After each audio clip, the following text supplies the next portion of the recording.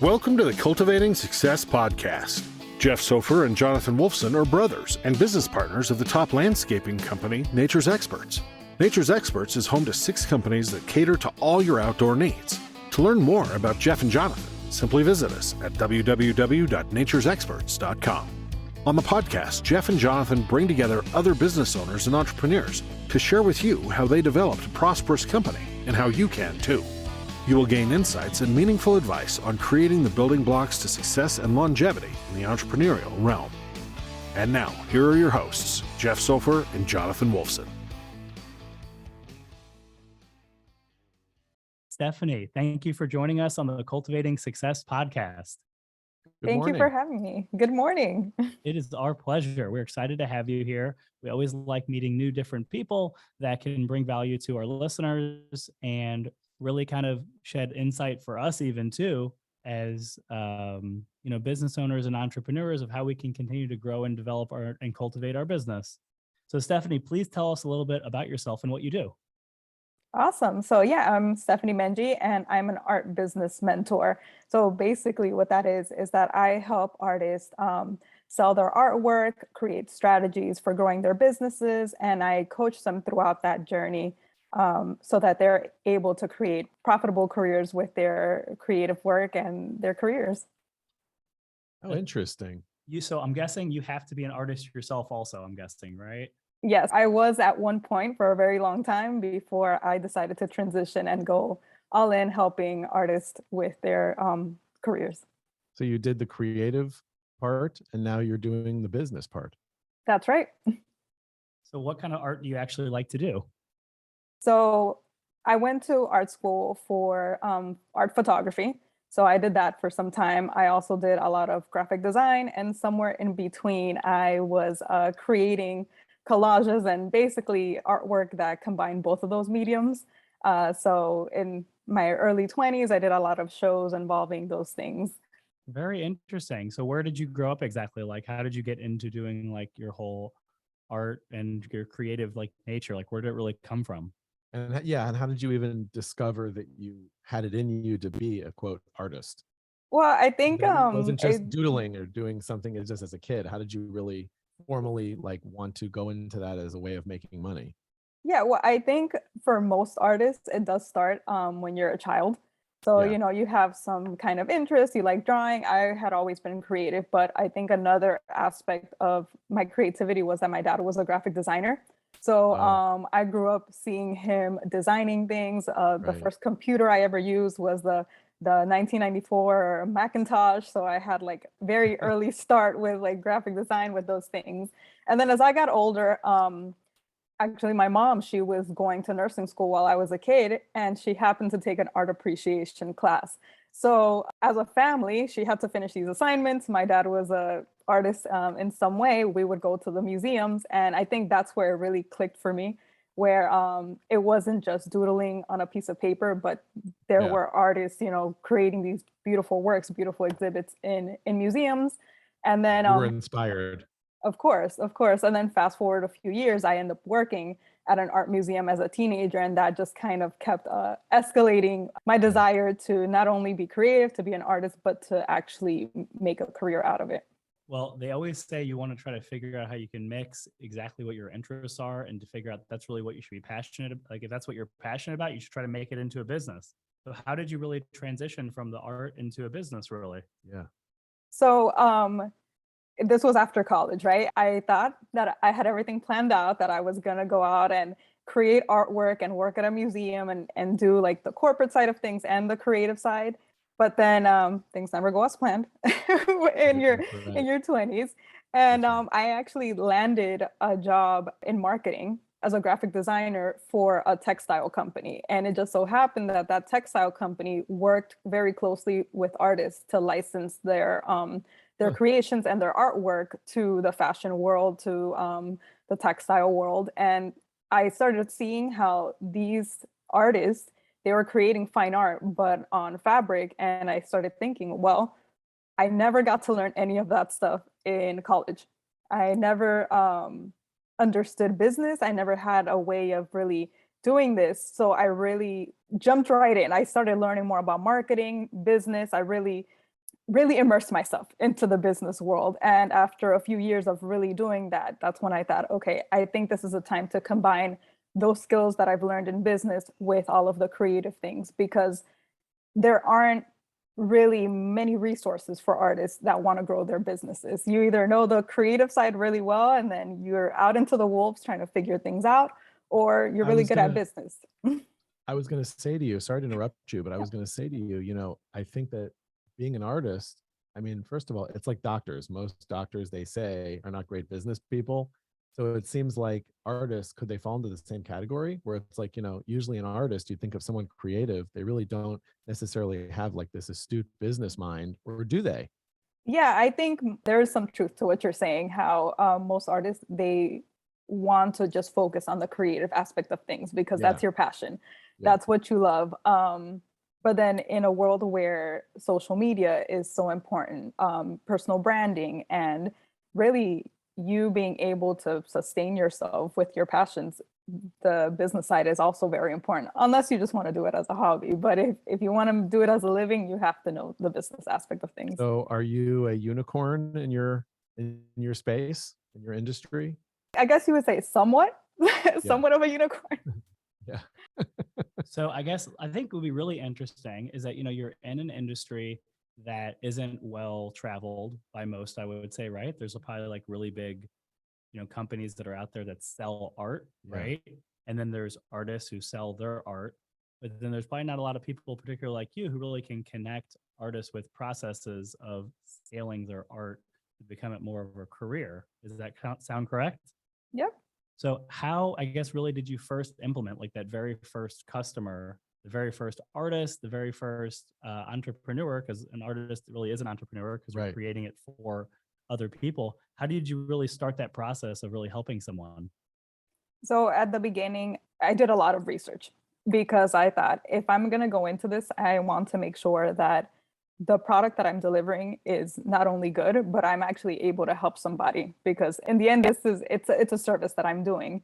So I went on a lot of Facebook groups to survey artists. I started conversations one-on-one to see what was going on. And I even worked with some of my close friends Who were to artists? ask, who were artists, yes, to ask them like, Yeah. okay, what are the things that you feel are lacking? If you could make a living from your artwork, you know, what are some things that you would want to learn? And then from there, and of course, mixed with my own experiences, I started to create different Sure. frameworks and processes. And then as far as jumping in and getting that first customer, again, did it kind of guerrilla style. I started networking and meeting people on social media, on Facebook groups, and I actually started doing small webinars in Facebook groups. And then from there, I was able to get my first customer and scale it from there.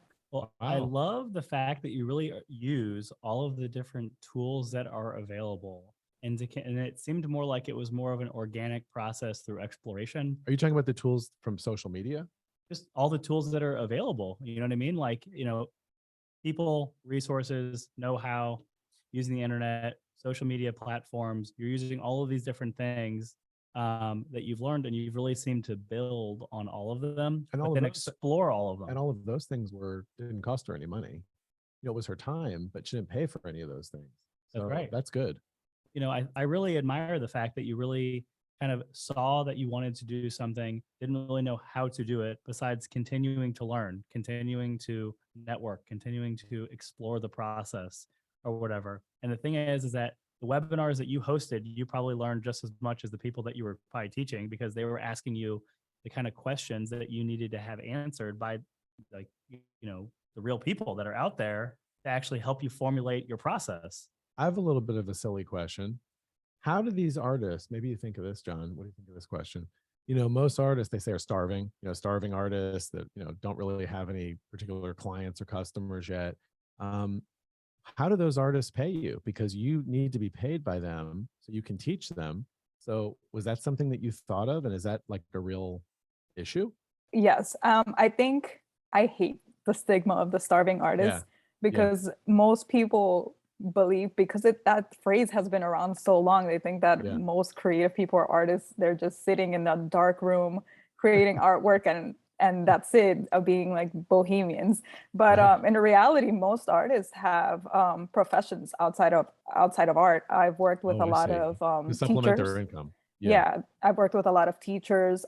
Some of my clients have been in the fashion industry. They've had other side businesses. So I would say that even though that stigma is around, most artists aren't really starving. It's just that they Got it. haven't made that dream of making their art career as big as they Yeah. want Yeah, I'm glad available. I asked the question because then you can clear that up. So, I mean, I would have no idea that most of them supplement their income now because, yeah, you do think of most artists as like pining away at their craft and they love what they do and they're so creative and do all these beautiful things. And, they just don't have any money yet. So that's very interesting. So what do you think, moving forward, I wanted to know, so now I think we've gone through how you've kind of bootstrapped your business, how you really took all of the different resources that were available, which really wasn't many besides the know-how and knowledge of just exploration to learn, continue to find more answers, look for different people to connect with. So from that to where you are now, what do you think is like your biggest professional accomplishment you've kind of obtained so far? I think at the top of my mind, most recently, now that things are starting to open up, I was able to host an art and entrepreneurship workshop at a local university. I don't know if you guys are familiar with it, Florida Atlantic University. Yes. Yes. And that actually came through those early days of networking right before the pandemic. I went to an event. I met somebody from the Broward Cultural Department, and I expressed my interest. And 2-3 years later, they reached out, and I was super excited to go out there and teach artists about marketing and branding and sales in person. And that has been something that I would love to explore further in the future. That really is Yeah. amazing, and that really Yeah. is an unbelievable accomplishment. Because reflecting what we've talked about so far, you literally learned whatever you could just by being outgoing, talking to different people, asking all of these different questions, creating these webinars where there's a basic principle of the topic that you have a good knowledge of. But a lot of information that's out there doesn't really it never really closes the loop. It never really gives like all the final answers. Right. You tend to start giving the information that you have, and then as people start asking you different questions or whatever, you learn more about it because you're like, oh, that's a good question. That question actually makes me think this or whatever. So what an interesting, cool exploration and learning process that you really created for yourself. She's blazing a new trail, like in her space. Absolutely. You know what I mean? And that's really a major thing. Did you even realize that you were blazing a new trail? No, actually, that's a great way of putting it. But Yeah. no, because everything I've done so far, it's been out of like my passion for helping people, my passion for creativity, and I always tell the artists And that I your work. curiosities, your Yeah, my natural curiosities. curiosities. Yeah. Hmm. That's amazing. Really very admirable. Really more people should, take this as something where what else can I do? How else can I do it?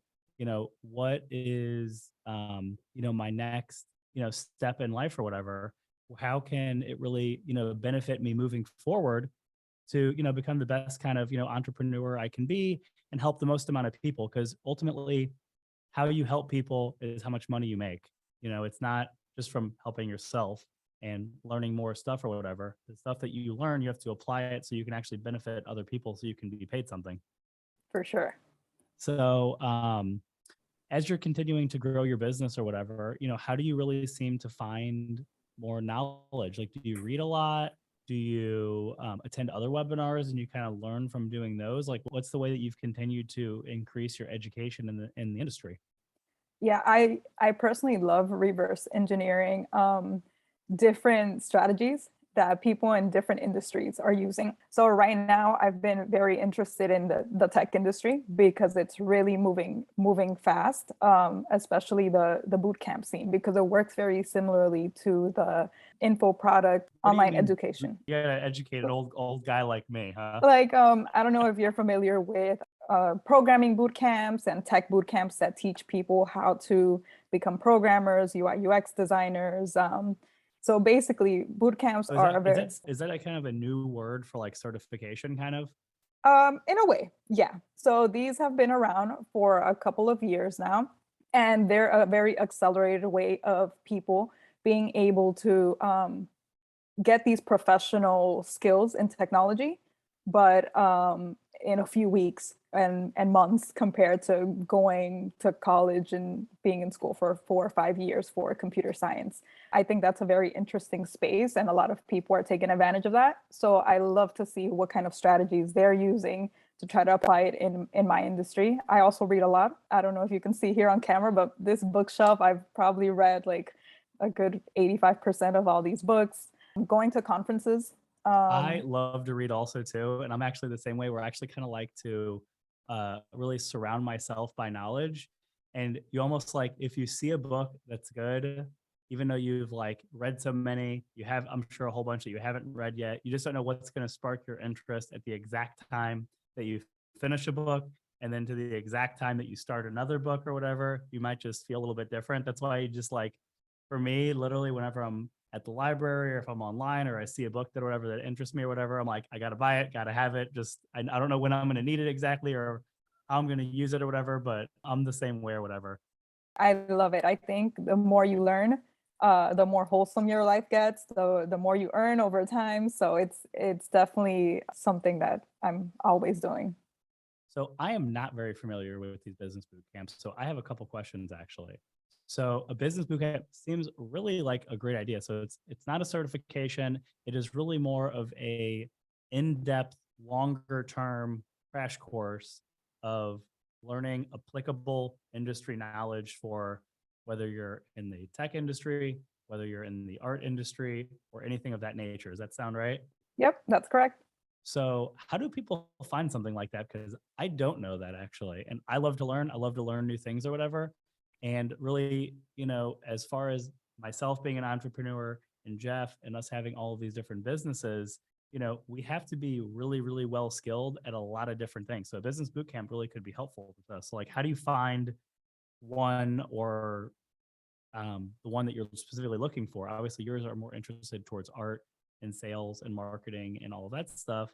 So how did you like find any of those? So with the business ones, ever since I started my business, I've been very interested in this one marketer. His name is Russell Brunson. I don't know if you're familiar with him, but Okay. he is probably one of the best marketers out there. And he actually hosts many of these boot camps and masterminds. And surprisingly enough, I found some of these through Facebook ads. Some of the early business boot camps that I took myself to expand my knowledge were through a quick Facebook ad or a quick webinar. I checked them out and did my research, of course, to make sure that it was what I was looking for, and started practicing some of the techniques that they taught. So I think with a quick Google search, I think if you're looking for tech skills, those are a little bit more available, because everybody wants to be in the tech scene nowadays. But with business ones, a lot of the times, if you know one person or follow one person that's in that scene, you'll most likely fall into that circle of other business coaches and boot camps that are available. So sitting here like listening to all this information, it's making me think, I'm like, why don't you have your own business boot camp? It really could be a way where you add another vein of revenue, and you can either teach artists to be able to sell and market their own material, and or obviously use you and sell and market their own material through you. Obviously, it seems to me like it's almost like kind of synergistic. No one's really kind of done that. No one's really showed them, how they can, increase their own revenue with their own product. Because, a lot of times when people are starting out, they want to do things the most inexpensive, easiest way possible to make the most amount of money, they think. And typically doing it all by yourself doesn't actually yield you the most amount of money. It just gives you the most amount of aggravation. So have you ever thought of doing something like that?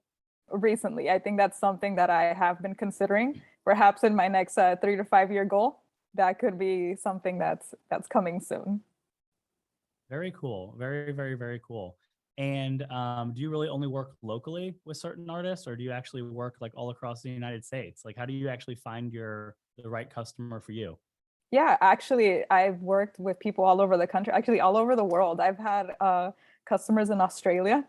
I've had one of my favorite customers. She's all the way in Alaska. She lives in a ski town in Alaska. And a lot of the times, my artists, they find me online through either ads or through a quick webinar or through word of mouth, which is my favorite way for them to find me. So it's really amazing, all the ways that you can get customers. Word of mouth and organically people finding you through referrals or whatever would never get old.